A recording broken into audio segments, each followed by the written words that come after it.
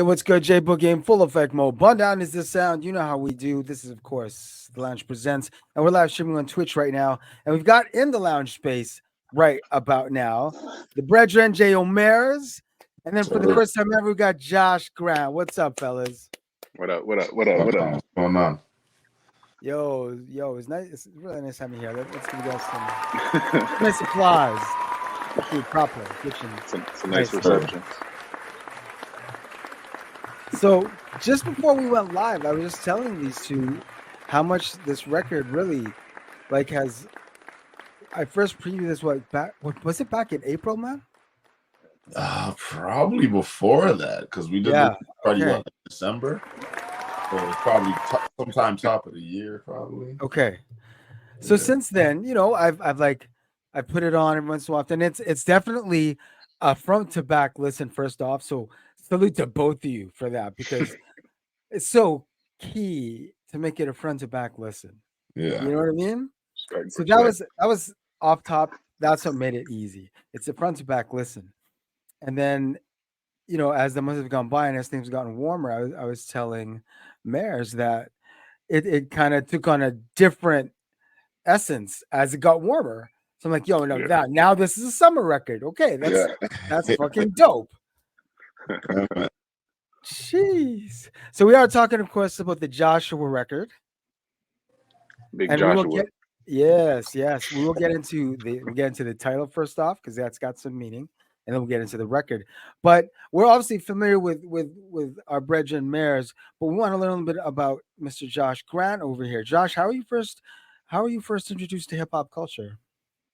Hip hop culture. Oh, that's interesting. I don't even. It's just been a part of my life for so long. Like since I was a little kid, watching music videos in the crib.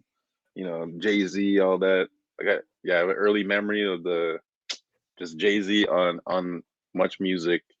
Probably like 6 years old, and I was just like, "What the hell is this?" Okay. And then even as a kid, like I remember, like my parents had tapes and stuff, and for a while, I used to think Eminem was Will Smith. I thought Eminem was black. some of my early memories of hip hop were like kind of jumbled up, but it's always been there. So Eminem is Will Smith. That's what I thought. But yeah, MAIRS, did you feel the same way about Will Smith? I didn't. To be honest with you, like before I was introduced to Eminem like that, like I was a Will Smith fan. Like I liked Will Smith. Big album to me when I was a kid. Yeah, man. So Josh, how did you get into the actual business of music? Because one thing we always talk about here is, when we first discover the culture, it's all well and good. For many of us, it becomes a lifelong, love affair. But not everybody, hops behind the boards. Not everybody, grabs a pen and a pad and starts writing bars. Well, what drew you in? Well, I always had thoughts of it. Like I remember, coming up through school, high school, I started getting curious about like how were these songs being made? Like how are these making these beats? I got a hold of FL Studio, and the first beat I ever made was I remade the Lil Wayne A Milli beat. There's a YouTube video, he has a little pack up there. You download the pack. It says arrange it this way. You got the A Milli beat.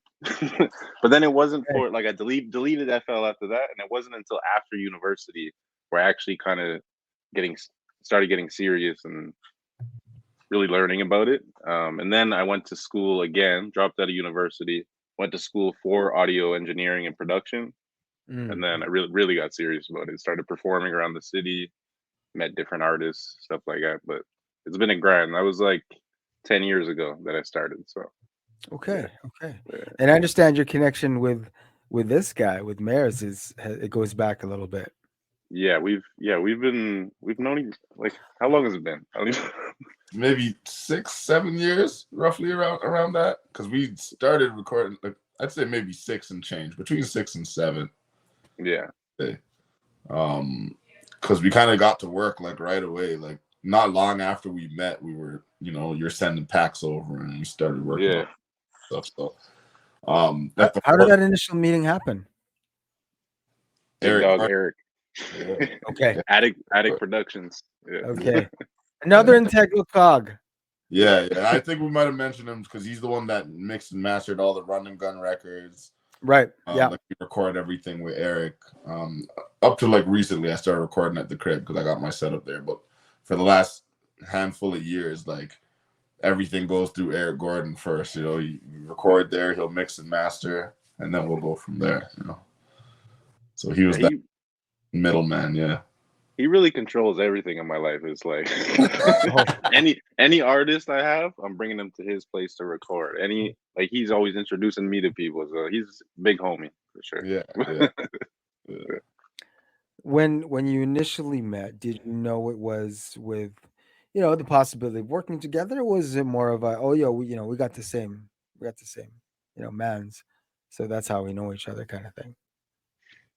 It was probably anytime I'm chilling with Eric, we're always in the studio and it's always music. So like probably the introduction off of Rip was like, here's a rapper, here's a producer.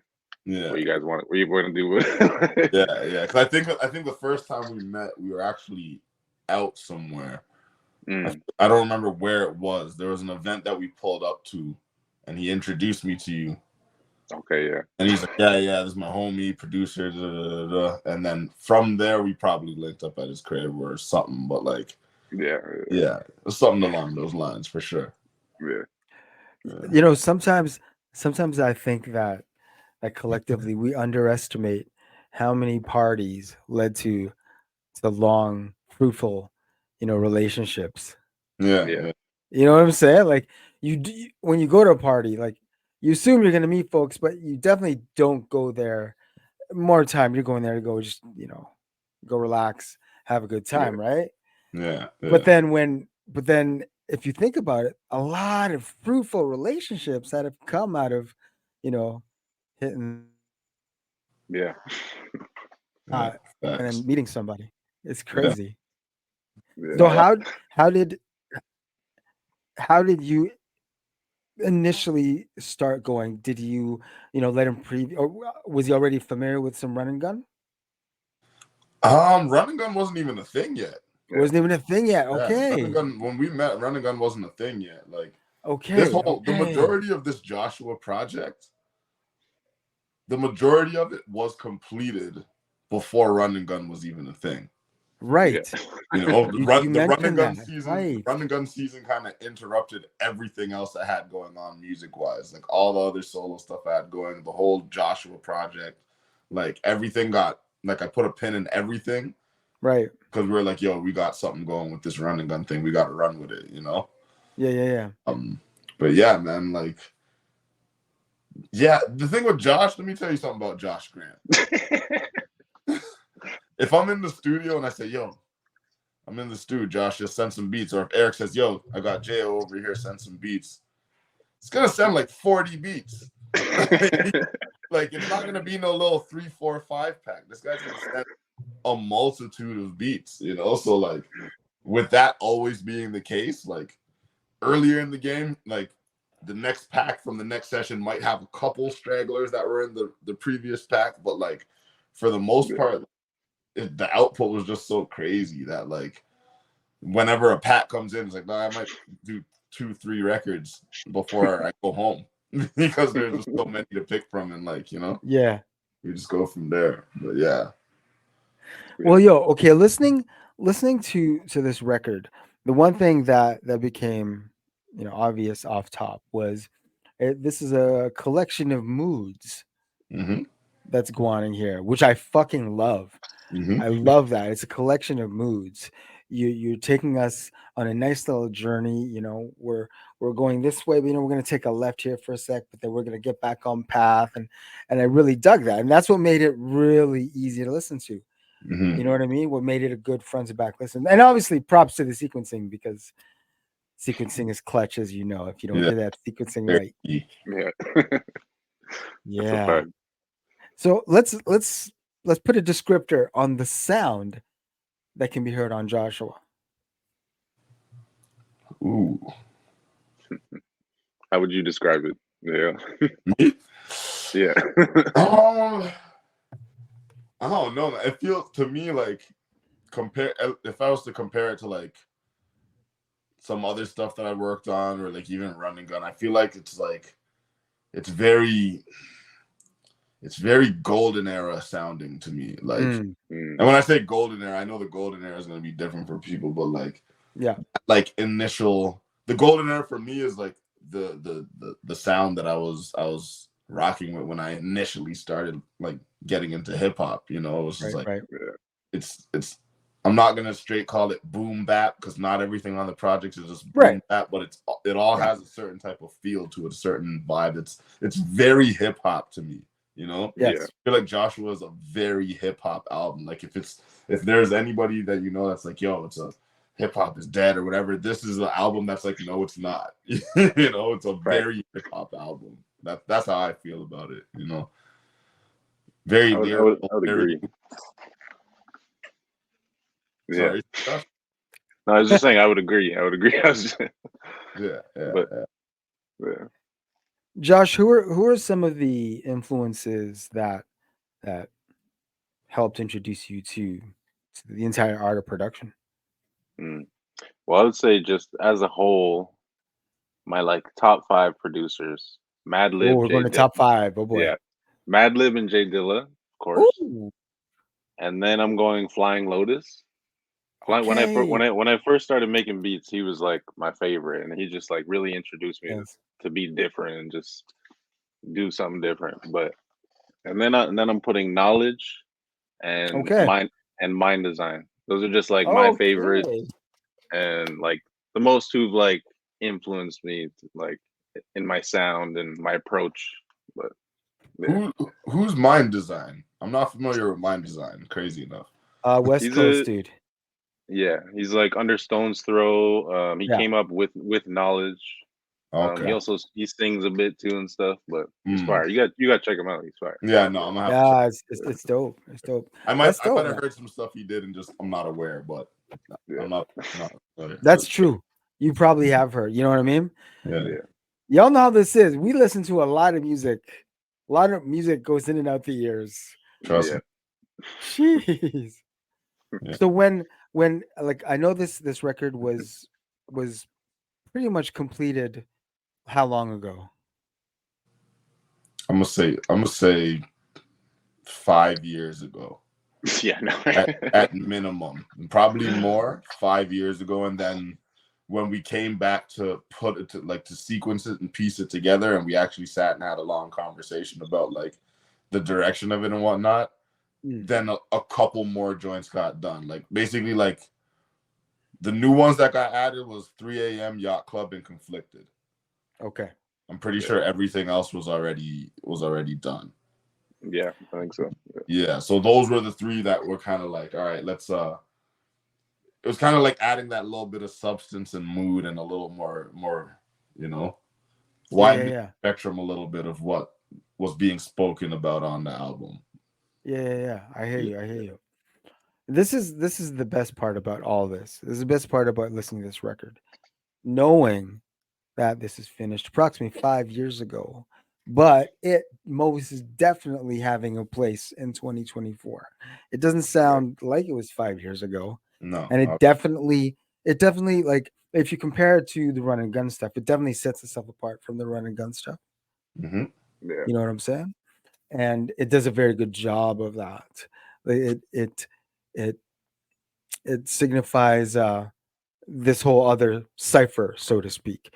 And I have to big up obviously Heavy G because the joint where there was an actual Run and Gun, participation, it was still a Run and Gun record, but it was a Joshua record too. Yeah. You know what I'm saying? And the funny thing with that record too is Run and Gun was like me and Heavy were working at that point, but we didn't solidify it as Run and Gun. Okay. And that record was actually done the first time that I brought G to Eric's studio. Okay, look at that. He met Eric Gordon. The first time he met Vanna Black Soul, who's on the joint as well. And I don't even know if Josh met him. You never met Gu at that point, yeah? I think that was probably the first time I met him too. Yeah. Oh, you were there too? I think so. Yeah, I think you might have pulled up. But yeah, That was maybe. the first time I brought G around. So like that's when that record got done, you know. Mm. But yeah, it was cool to like when we were sequencing it. Well, not even sequencing it. Like that was like a given. Like there was no way we were gonna put out this Joshua project and not put that song on there. You know. Can you explain the acronym? Which one? Oh, the W. Yeah. It's what's really wrong with Josh. That's what. Oh, okay. Because when we heard the beat, we all made the stack face. We're like, yo, what's wrong with this guy? Yo, like we're like, yo, what is really wrong with Josh Grant? Bro? Okay. Like that's really what the song is called. What's really wrong with Josh? But that was the acronym that we saved it under when we were just saving the file. Nice. And like, yo, we're leaving that as the name of the song because like, what are we changing it to? Nice. I like it. Speaking of Joshua, the record is called Joshua. Yeah. That has some significance for both of you. Yeah, for sure. For sure.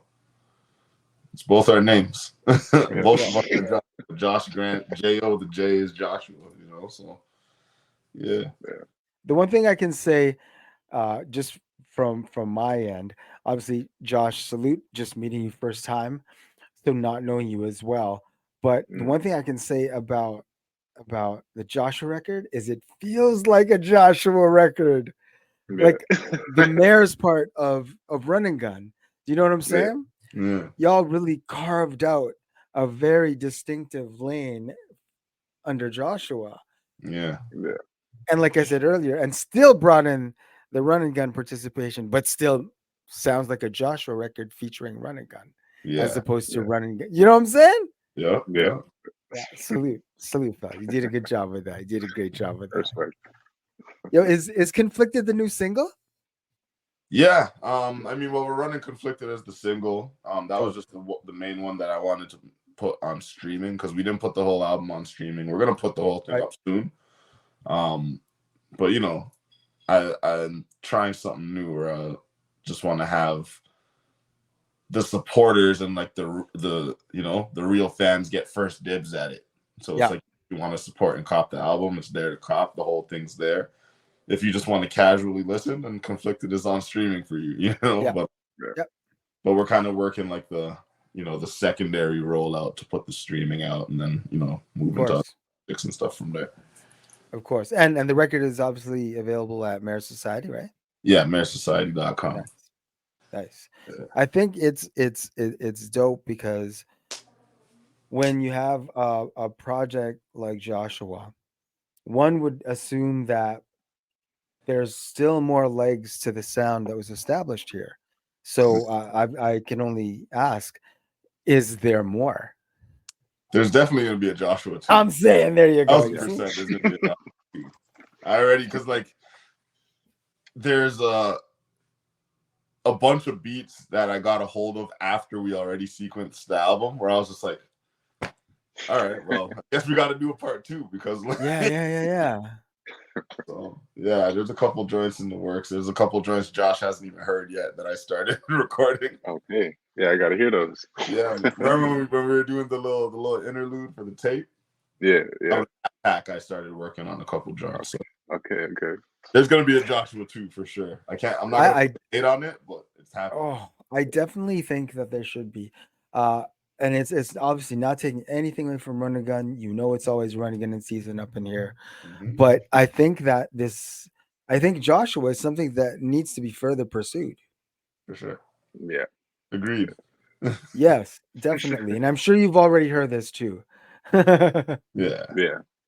But there's some legs to this, and I think it's definitely something that should be pursued further. Just aside from the Run and Gun stuff, and aside from all the other stuff that you, Josh, are doing. Yeah. Now, Josh, tell me about Capsule Collection. So that started basically just after COVID started. I wasn't able to play any shows. I just had no way to be creative with performance, and that's where I got the idea to come up with that. And basically, the idea for the show was I bring a producer on, and they do a DJ set of the songs that have influenced them and their sound. Oh, nice! Yeah, and also I would do a lot of the shows as well, and it was just music that I really loved, and I'd just play it. But yeah, Okay. I got to episode 100 and I eventually just stopped doing it because I prefer to perform live, but it was still fun to do. But maybe one day I'll bring it back. Okay. But Okay. yeah, Mairs, did you hop on? No, I don't think I no, was a part of that. yeah, Cat no, collection, like especially during that COVID time, Yeah. I was like yeah, I was on the fence with music overall. I was really about to just start unloading all the music that I had just so it's out. Yeah. mm, Because I didn't know where things were going. I didn't know, like, performing and like the stage show and the doing events is like my favorite part of the game personally. Of course. I like the yeah, stage more than Of course. anything, you know. And with everything looking in a direction where it's like, yo, man, we might not be able to perform no more. Like they're locking the whole world down. I was like, I was in a little bit of a darker place, and that's kind of when Goo was like, yo, let's just put out this Contra project that we recorded all this time ago. Yes, You know, sir. and then Contra came out. The response was crazy, and it kind of reinvigorated my whole like vibe where music was concerned. So yeah, during that time, whatever was going on, whatever anyone else was doing, I wasn't like in a big rush to try to be involved. I yeah, hear that. Yeah, yeah.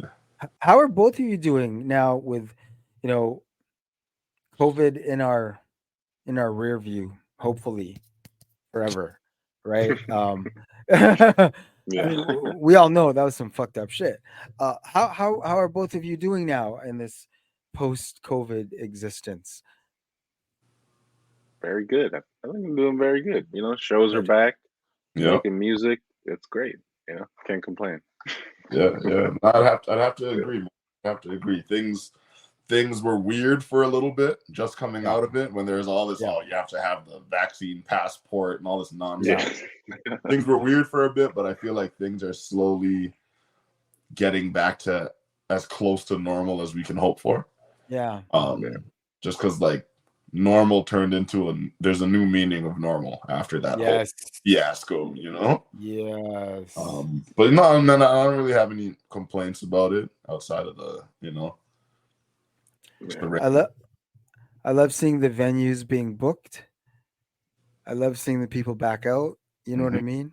for sure. Yeah, People going out to see people like perform or to DJ again. You know what I mean? Things Yeah, feeling yeah. as close to normal as possible. mm-hmm. Do you think that, I mean, and keeping out of anything political, obviously, just like I said, just with the hindsight of it, right? We lived it, so we've got valid opinions on it. Yeah. Do you think that we handled things as best we could with whatever information was available to us, or do you think we maybe went a little too far? You mean in regards to like COVID and the restrictions and everything that was going on? Yeah, how we handled everything. I mean, I feel like we It was did a- the best we could do. Yeah, Yes, some of the stuff it was clearly ridiculous, but it was just like the corporation has to cover their ass, so they're making you do yeah, this. Like yeah, like you'll go to a food court at a mall or something, and you have to wear a mask everywhere when you're walking to your table. Sit down at the yeah, table, take your mask off. What are we doing here? It's like, but, Yeah. yeah, So, yeah, it is what it is though. Like, yeah, yeah, it's like, yeah, you can be in the mall and go to the food court and get food, but if you're not vaccinated, you can't sit down and eat it. yeah. What? Make it make. You know, the No. math wasn't mathing It all was the not time. mapping at all. Well, I'm just glad to see everyone come out of it relatively healthy. You know For what I sure. mean? To know that yeah, most of the folks around you got out of it pretty healthy, and you know, we're now able to have this conversation and say, Yeah. "Whew, that happened. Okay, let's go." Yeah. Right. Definitely, it was the biggest thing was artists being able to be artists again yeah, in Sure. every true sense of the word. You know. Mm-hmm. yeah, Because you brought something up earlier, like if you take the artist off the stage, sure, you can take a sabbatical from the stage for a little bit, but let's be completely honest, the draw is going to come tapping on your door again. Yeah. You just don't know when, but it will. Uh-huh. yeah, Uh-huh. And as an artist, you're not going to be able to, that allure Yeah. of Yeah. being on stage, you know? For sure. For Yeah. sure. Well, I'm just glad that it helped, give birth to this record because it's a damn fucking good record, fellas. For sure. Thank you. Thanks. For real. Salute all goddamn day because it's such a vibe. Love this fucking record. Do we have any visuals planned for the second rollout? Yes. Yeah. Yeah. Yes. Yeah. We got a video in the works for sure, Nice. and Jail's been going crazy with the social media promo. Like he's been doing his little performance videos. So grab more of that. Yeah. Yes. A lot Just more coming for sure. yeah, it's just ways to make people digest the music more because it's not like as far as people who are familiar with us, they know what it is. Like if you see in any of the clips from the show or whatever, they know what it is when they're coming to see Josh Grant. They know what it is when they're coming to see J.O. MAIRS.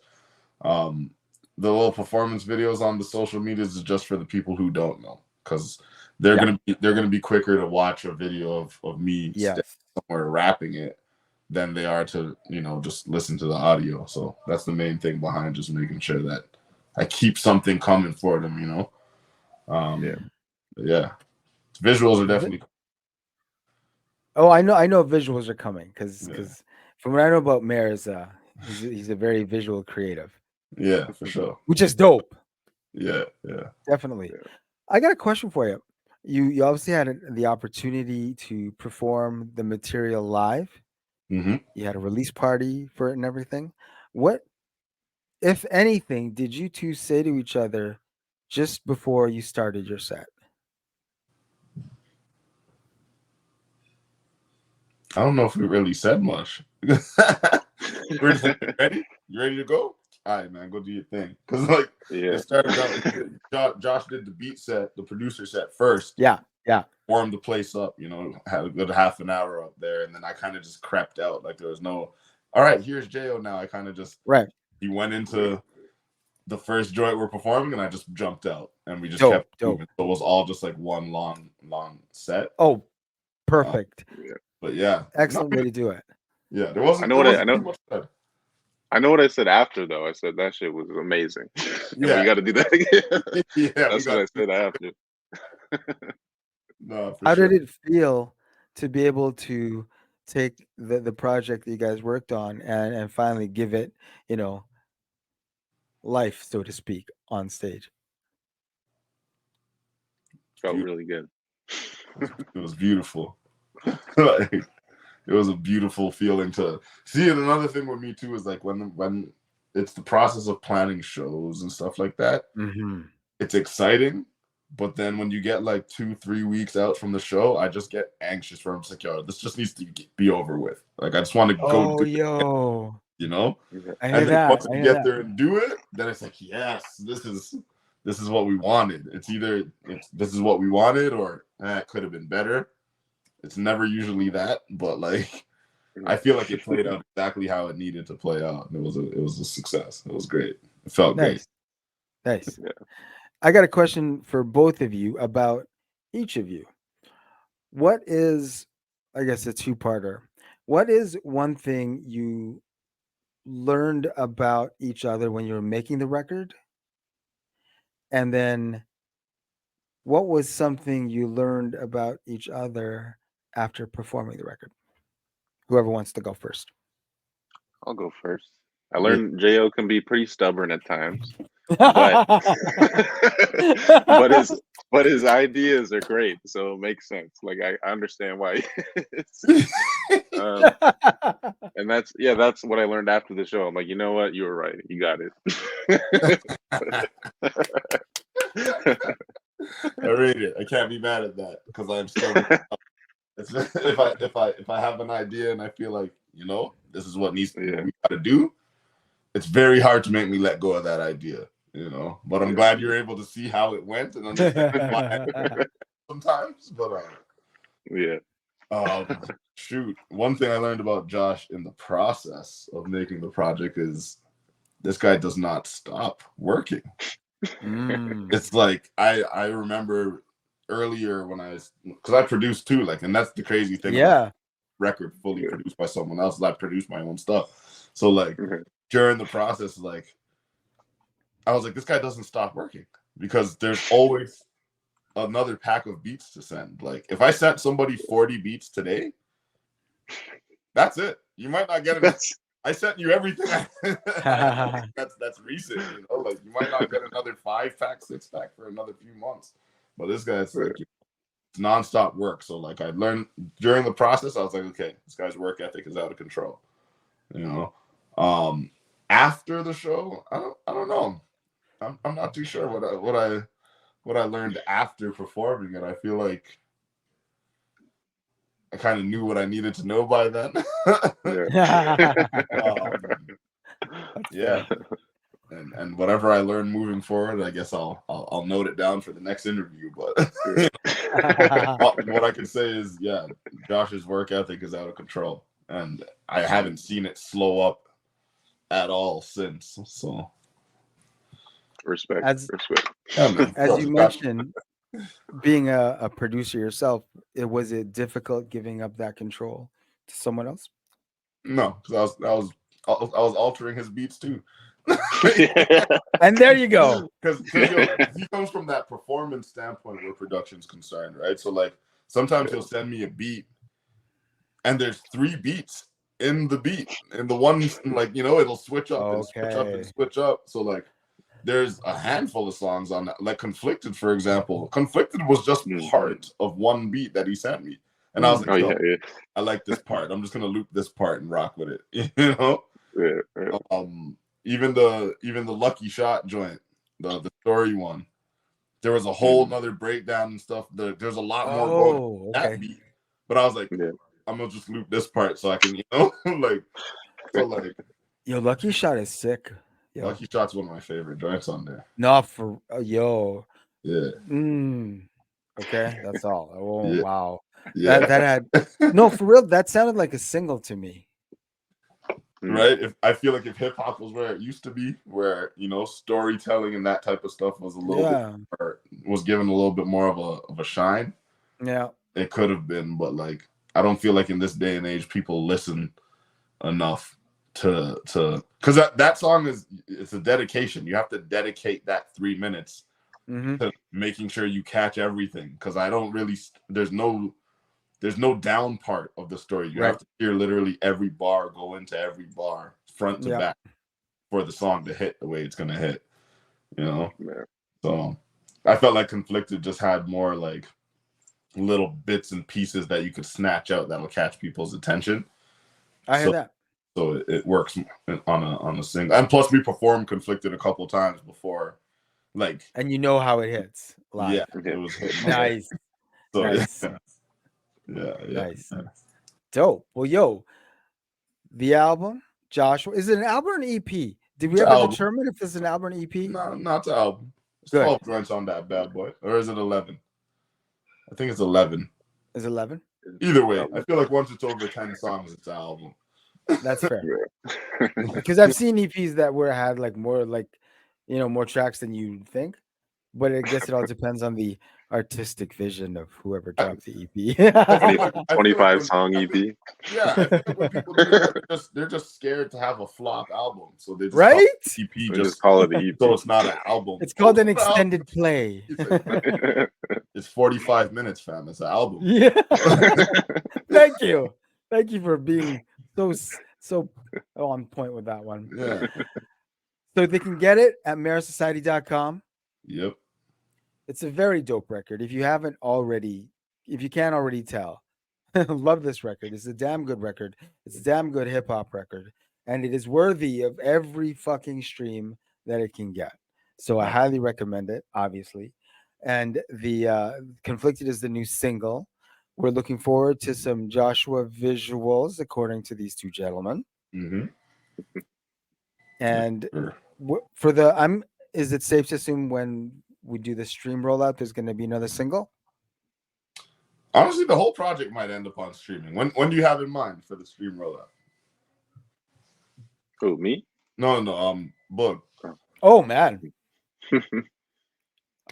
I was just assuming you were going to do another single just to help promote the stream rollout. Honestly, I was thinking about it where I was like, you could put out a couple more singles off of it. But like then I was also thinking about, we have Conflicted doing what it's doing as a single, and I kind of want to get the whole project on streaming a little sooner than I projected. That's fair. Just because I have a lot of people that I feel like we can just get a little bit more reach the sooner we get it off. There you go. So I don't know. We'll figure it out. Me and Josh will talk about it, and I don't doubt that for a second. I don't doubt that for a second. Yo, it's always a pleasure to have you on, MAIRS. You know that, man. Breja, and you know. For sure. Josh, I'm glad we finally got to meet. This definitely won't be the last time we get you on. Okay. Anytime you got a project, for sure. Anytime you got a project popping, let us know. Let's get you on. Let's talk about it. Okay. Yeah, definitely. Love to. Definitely. Joshua, full length, out right now. J.O. MAIRS, Josh Grant, thank you once again for spending time with us in the lounge space. Oh, yo, okay. I just got to ask, just real quick, just because I saw something earlier on the Twitter machine, and I was thinking about it just before we hopped on, so I got to ask you too. Okay. The Kendrick versus Drake thing. I knew you were gonna say. We don't have to get into the deets. But there's a narrative that's flying around right now about how Drake wasn't supported by Canada in this beef. So that's the only question I'm going to pose to you two. What are your thoughts on that narrative that's thrown out there? Unfortunately, he lost. So it's like, I mean, we can support him all we want, but yeah. But I was like, I would say I did probably have a little bit of what's the word I'm thinking? I knew Kendrick was gonna win off the top, so maybe I was on his side the whole time, but that's fair. I don't really know. That's fair. I have seen people say that like the reason that is because Drake only did so much to support Canada, and if he had done more, he would have got more support. But at the same time, I think he lost. So we're just being objective about it.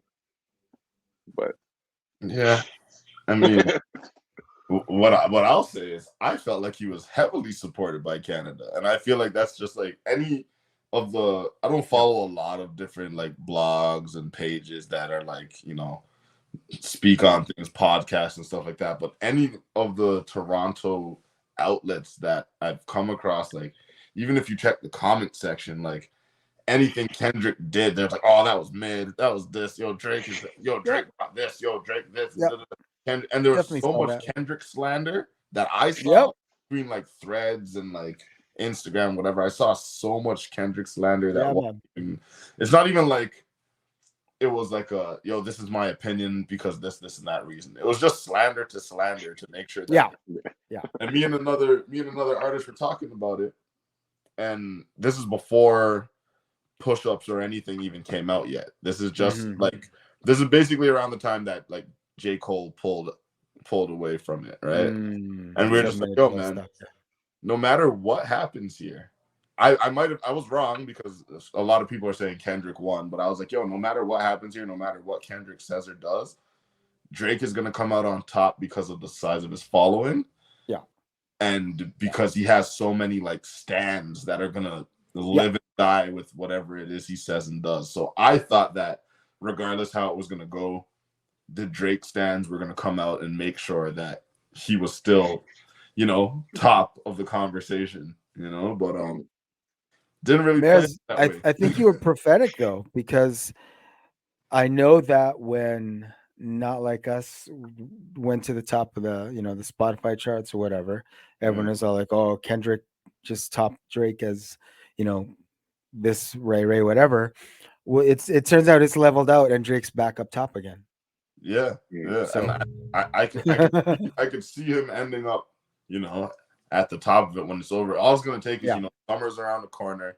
He's gonna drop a hit record that's gonna blow up. There you go. The summer, and then everyone, oh, see, where's Kendrick now?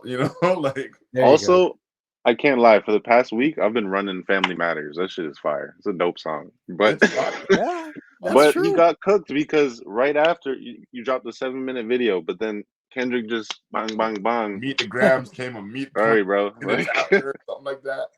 And then, people want to do the, Kendrick's talking to an imaginary daughter. Okay, let's subtract that one verse from the song. The rest of it still cooks you. So, you know, entertaining all around. Yeah. Some good entertainment. Definitely. Yeah. All right. Enough about them. We're talking about Joshua. Make sure you get that. Yep. It's out now. Thank you again to you, fellas. Enough respect. Thank you. Thank you for all right. Yes, Thank you. sir. All right. Peace. Peace.